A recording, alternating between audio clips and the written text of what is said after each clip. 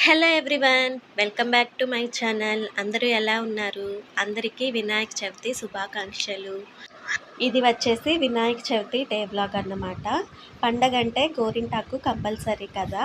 గోరింటాకు కోసి రుబ్బే పని లేకుండా కోన్ తెచ్చుకున్నాము.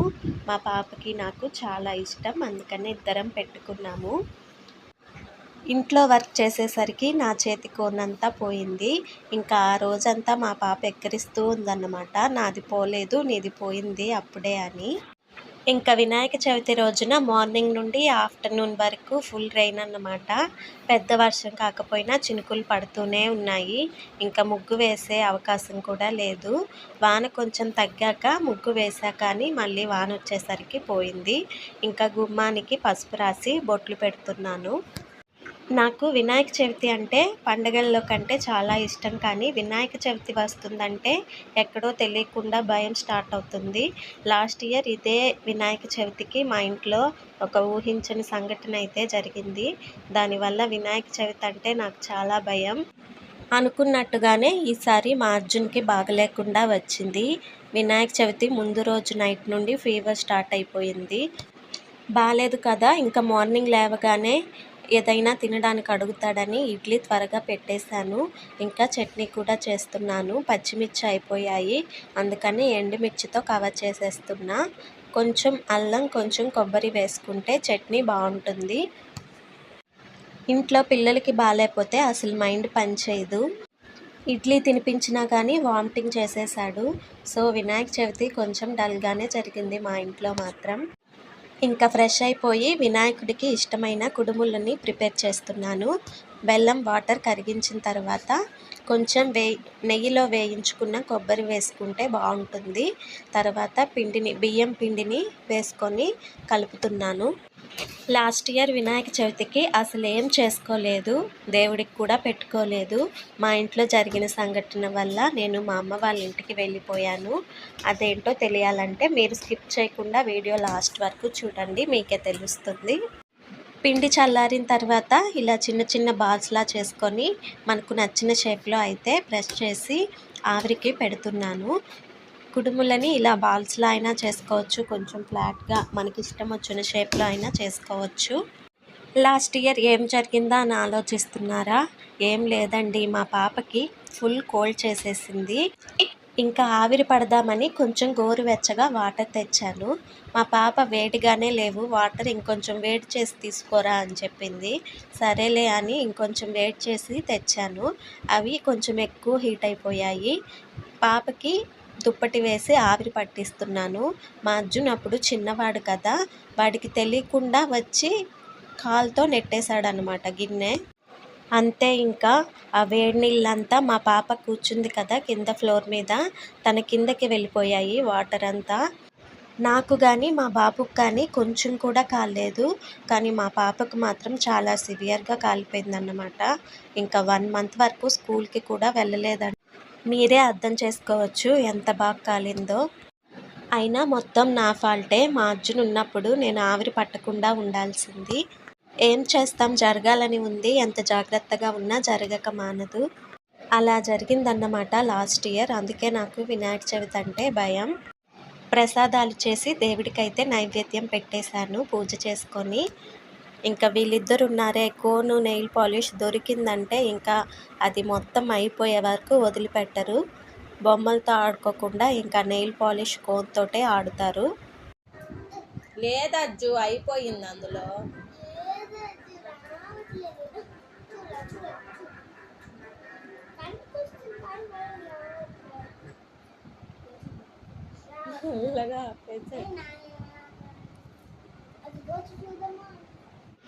ఈవినింగ్ మా హస్బెండ్ ఫ్రెండ్ వాళ్ళ పిల్లలు వచ్చారన్నమాట.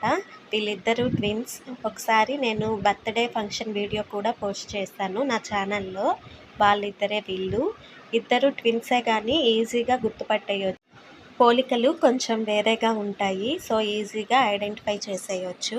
ఒకరి పేరు విశాల్, ఇంకొకరి పేరు విహాన్ అన్నమాట.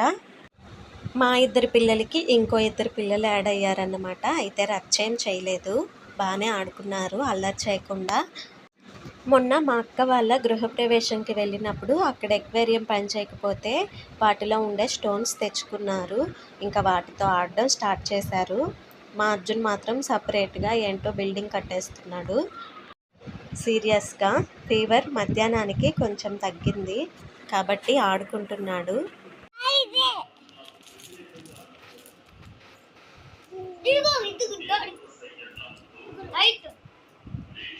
గాడ్ కని చెప్పేసి ఏం అవట్లేదు. గాడ్ కవ్వలేదు, ఇది కాదు పక్కన ఇది పెట్టేయండి కవర్లో.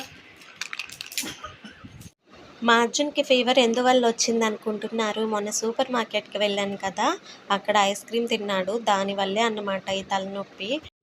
ఏ సూపర్ మార్కెట్లో కూడా నేను ఐస్ క్రీమ్ మెషిన్ పెట్టడం చూడలేదు.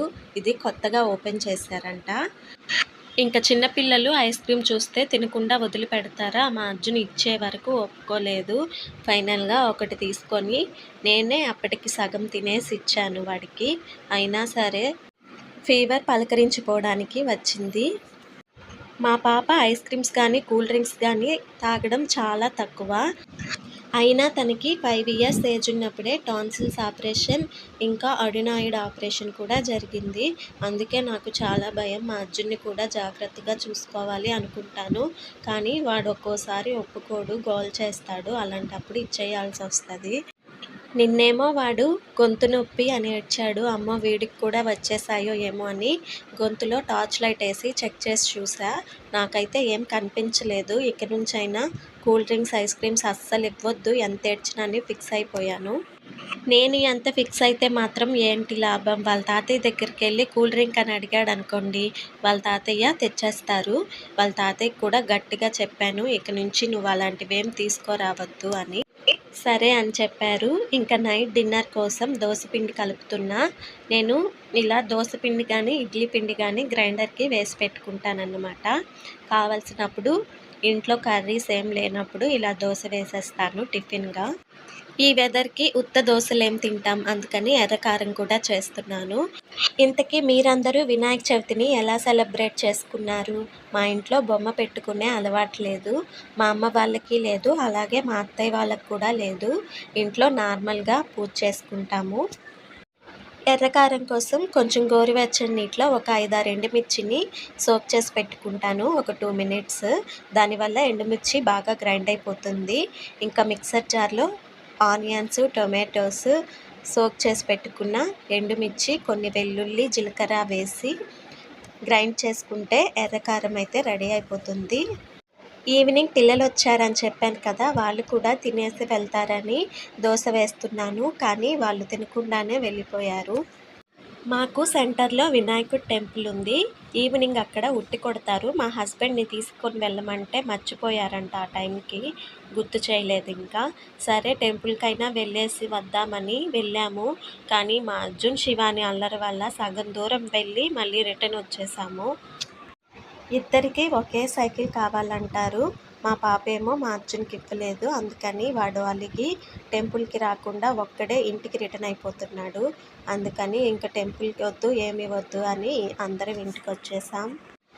మా అర్జున్ ఉన్నాడే, చిన్నోడు కాదు, కారం ఉండకూడదు కానీ కారం దోశ కావాలంటాడు. ఇంకా అందుకని వాడి కోసం కొంచెం లైట్గా కారం వేసి కారం దోశ వేస్తున్నాను. ఫస్ట్ వాడికే వేశాను. టిఫిన్స్లో ఆల్మోస్ట్ అందరికీ నచ్చేది దోశనే కదా. మ్యాక్సిమం అందరింట్లో దోశలే ఎక్కువగా వేసుకుంటారు. ప్లెయిన్ దోశ నచ్చకపోతే ఒక్క దోశతోనే ఎన్నో రకాల వెరైటీస్ వేసుకోవచ్చు మనమే. అందుకే అనుకుంటా అందరూ ఎక్కువగా దోశలనే ఇష్టపడతారు. మా ఇంట్లో కూడా అంతే. నేను ఎక్కువగా వెన్న దోశ ఇంకా గీ కారం దోశ అయితే వేస్తాను ఇంట్లో. ఆ రెండు అంటే మా ఇంట్లో చాలా ఇష్టం అందరికీ. మా అర్జున్ దోశ రెడీ అయిపోయింది. దోశలు క్రిస్పీగా రావడానికి మీకు ఒక టిప్ చెప్పనా? దోశలకి వేసేటప్పుడు బియ్యం, మినప్పప్పుతో పాటు ఒక 3 స్పూన్స్ శనగపప్పు, అలాగే కొన్ని మెంతులను కూడా వేస్తే దోశ క్రిస్పీగా ఉంటుంది. అందరికీ తెలుసు అనుకుంటాను, తెలియని వాళ్ళ కోసం మాత్రమే ఇది. నాకు దోశలు వేయడం అంటే చాలా ఇష్టం. పెళ్ళి చేసేటప్పుడు మా అత్తయ్య వాళ్ళు ఏమొచ్చు మీ అమ్మాయికి అని అడిగితే దోశలు బాగా వేస్తుంది మా అమ్మాయి అని చెప్పిందంట. మా అమ్మ చెప్పింది కరెక్టే. దోసలు వేయడం ఒక్కటే వచ్చు. కిచెన్‌లోకి వెళ్ళి గరిటె పట్టుకుంటే కదా కుకింగ్ వచ్చేది. ఆఫ్టర్ మ్యారేజ్ తర్వాత మాత్రం కుకింగ్ నేర్చుకున్నాను స్లోగా. ఇలా దోస వేసి పైన కొంచెం కారాన్ని స్ప్రెడ్ చేసి మనకి కావాలంటే ఆయిల్ వేసుకోవచ్చు, లేకపోతే ఘీ అయినా వేసుకోవచ్చు. ఘీ కారం దోస అయితే చాలా బాగుంటుంది కదా. ఇంతకీ మీకు దోసల్లో ఏ టైప్ దోస అంటే ఇష్టమో కామెంట్ చేయండి. ఇలా వేసిన తర్వాత ఈ దోస పైన కొంచెం పప్పుల పొడి ఉంటుంది కదా, అది స్ప్రెడ్ చేసుకుంటే టేస్ట్ ఇంకా చాలా బాగుంటుంది. నేను లేదని ప్రస్తుతానికి వేయట్లేదు. ఇంత ప్రేమతో నేను వేసిన ఈ దోస మా హస్బెండ్ కోసం అన్నమాట.